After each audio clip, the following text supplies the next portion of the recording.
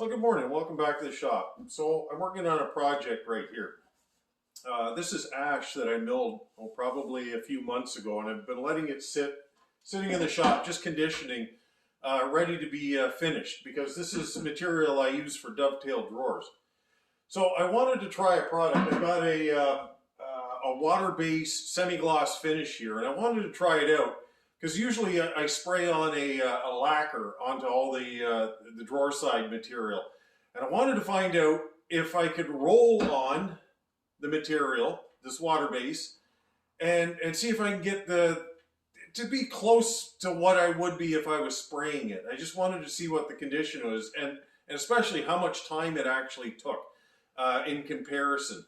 So this is the kind of the process of what I did, and I learned a whole bunch as I went along, and that's what to me is important. Is if I'm trying something new, I want to learn. I want to get better and better at what I'm doing, and just make a judgment whether or not I'm going to continue doing it. So that's another question. So this is the process I did to get this job completed.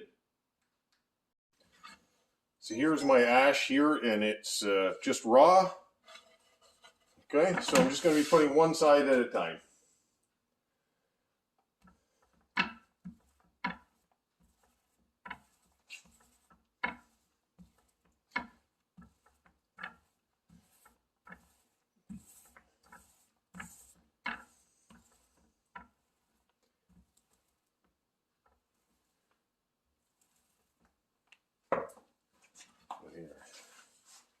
So there's the finish on there. It's a little bit lumpy. And you can see bubbles on the surface.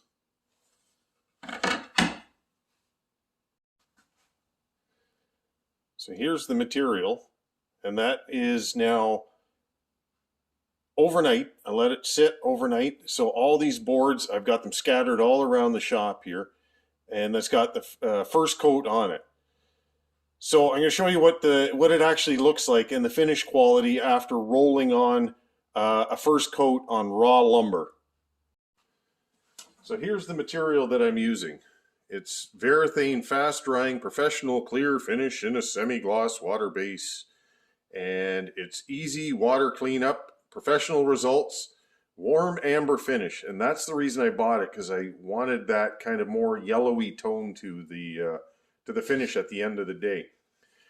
On the side here, it basically tells you how to put the application on, and it says do not use a roller. Well, when somebody says do not use a roller, I have to find out the reason why. So this is what I did yesterday with the roller, and if you feel that, it's quite rough. Okay, and there's two reasons for that. Is when the roller puts it on, it always leaves, first of all, it leaves bubbles on the top of the surface. The other thing is once the wood gets wet, it raises the fiber. So I got two things going on here. It's the bubbles, and it's also the fibers that are coming up. So if you look here, okay, I'm just going to skim off the top. Okay.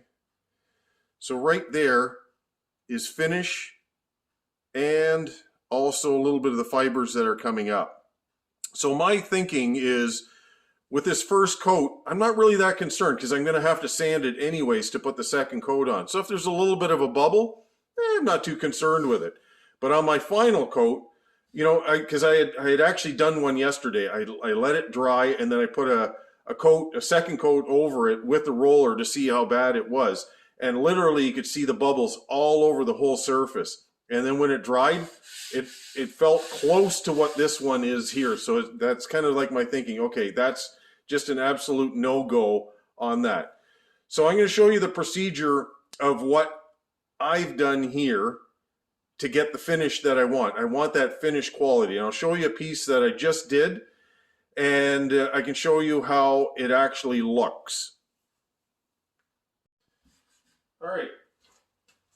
So I got 180 grit on my orbital here, and this is actually Mirka Abernet paper, and it's the mesh type one, And I find that works a little better for this kind of application because it'll actually go into the dust bag here, which is very convenient. Anyways, this is what I'm doing.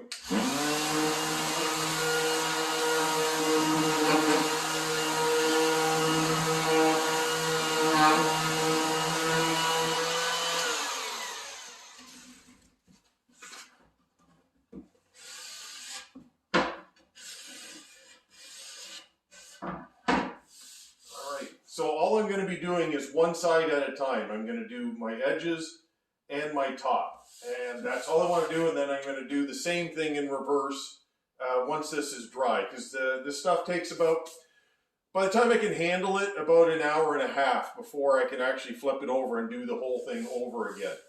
All right, so I'll show you what I do here because it's the one last little part on here that's the most important to get it nice and flat. All right, so I got my roller.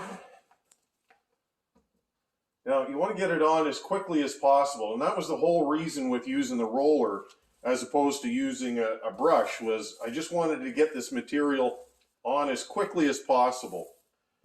It's just drawer material, so I wasn't too concerned with, you know, certain little things. If there's little specks or pits, but I wasn't that concerned with it. But take a look now. See how lumpy that actually looks?